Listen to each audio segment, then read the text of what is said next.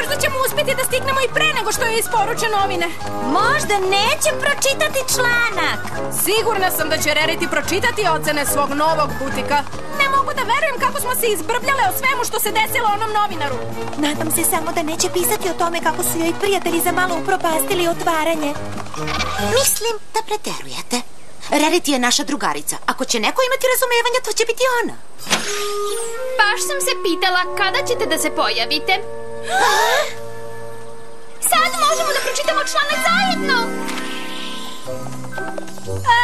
Imam ideju. Šta kažeš na to da ga ne pročitamo? Hoće da kaže da bi pre čitanja verovatno trebalo da ti kažemo... Ne, draga. Molim te, pokvarit ćete iznenađenje. Ali... Nema ali!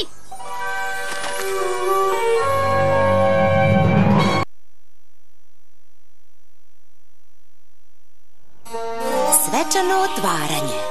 Sad, jeste li spremni da čujete izvanredne kritike koje do najsitnijeg detalja opisuju kako je svaka od vas doprinela uspešnom otvaranju od Rarity za vas?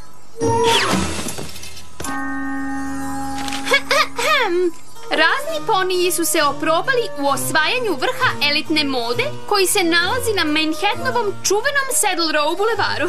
Mnogi bi rekli da je to najveći uspeh u svetu ekvestrijne mode i nikad ranije nijedan novinar nije imao ovoliko neograničen unutrašnji pristup tom svetu.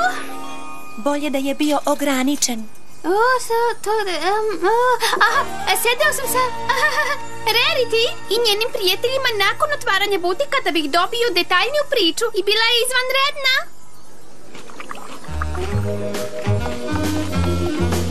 Dakle, vidi mala, uspela si da otvoriš butik na Manhattanu, a to nije mala stvar. Većina ponija se pita kako to izgleda. Evo kako ćemo.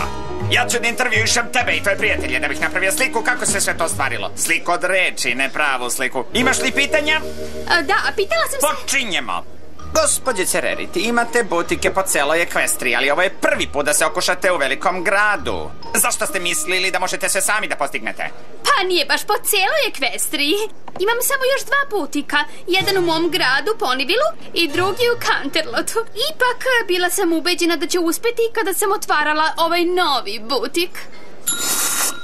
Recimo da kad bih mogla da biram, ne bih sve uradila na isti način. Zabava nije bila posebno zabavna. Bila je to jedna velika katastrofa. Posle toliko uspeha treba da bude dozvoljena poneka greška, zar ne?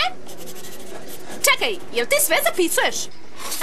Nije išlo kao što sam očekivala, ali je počelo kako treba.